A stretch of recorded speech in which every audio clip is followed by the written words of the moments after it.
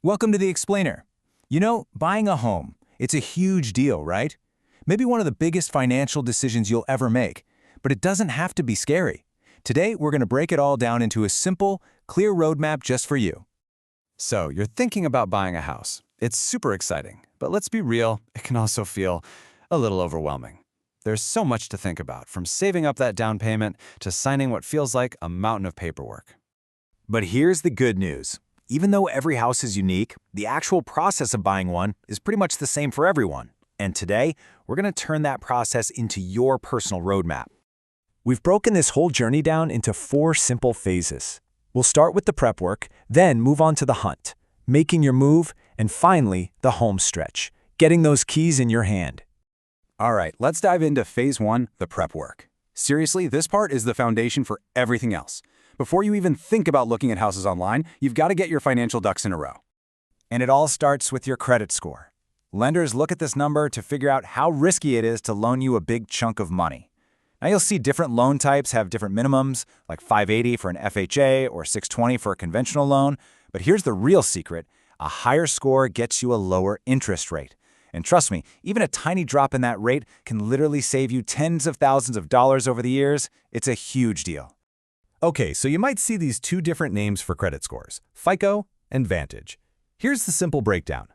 Lenders almost always use your FICO score. The Vantage score, that's probably the one you see on your credit card app or those free websites. They're calculated a little differently, but you know what? That Vantage score is still a fantastic way to check in and see how your credit health is doing. All right, next up, getting pre-approved for a mortgage. This is not just some back-of-the-napkin calculation. A lender actually digs into your income, your savings, your debts, and gives you an official letter saying, yep, you can borrow this much.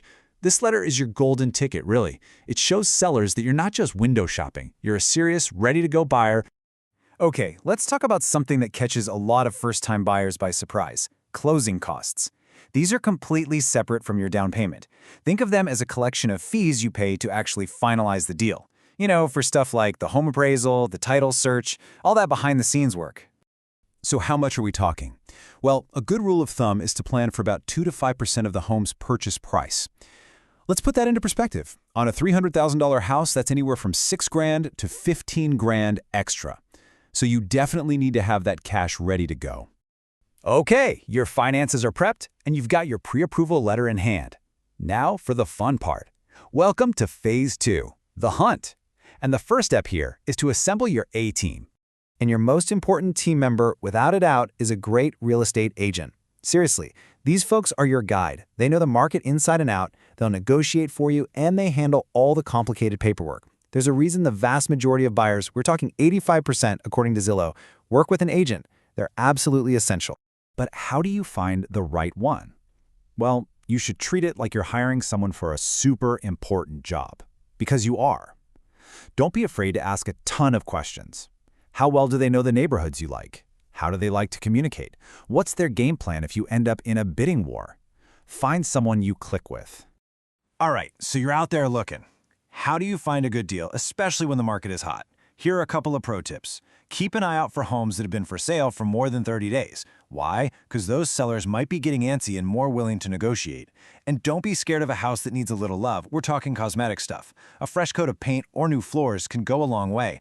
That sweat equity is real, and it can save you a ton of money.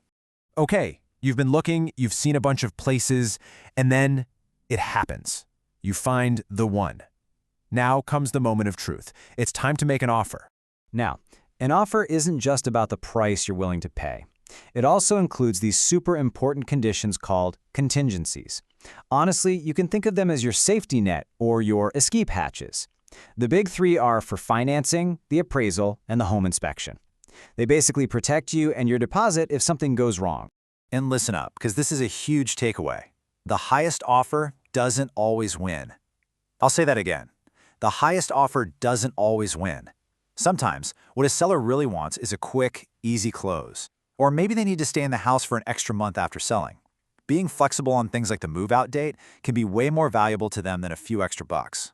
With your offer, you're also going to put down something called earnest money. Don't let the name scare you. It's just a deposit that says, hey, I'm serious about buying your house. It doesn't go to the seller right away. It gets held by a neutral company until the deal is done. And just to be super clear, This is not an extra fee. That earnest money you put down, it just gets applied directly to your down payment or your closing costs when you finally buy the house. Think of it as prepaying a part of what you already owe. So, what happens if your offer gets rejected?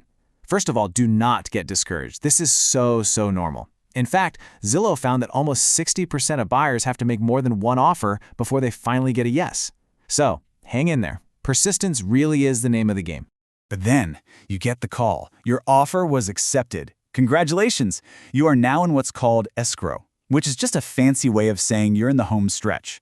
This is that final waiting period, usually about a month or so, before the house is officially yours.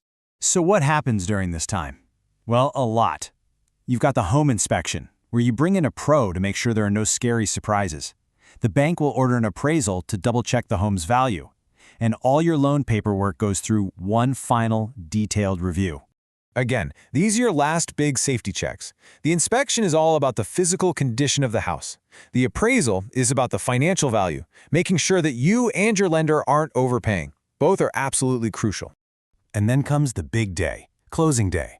You'll go sign what feels like a million pieces of paper, you'll transfer the money, and that's it.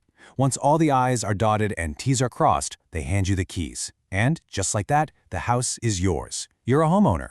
So there you have it, the whole roadmap, from getting your finances ready all the way to that final closing day. Look, it's a big journey, for sure, but when you break it down into these simple steps, it becomes totally manageable. You've got the map, so the only question left is, what will your dream home be?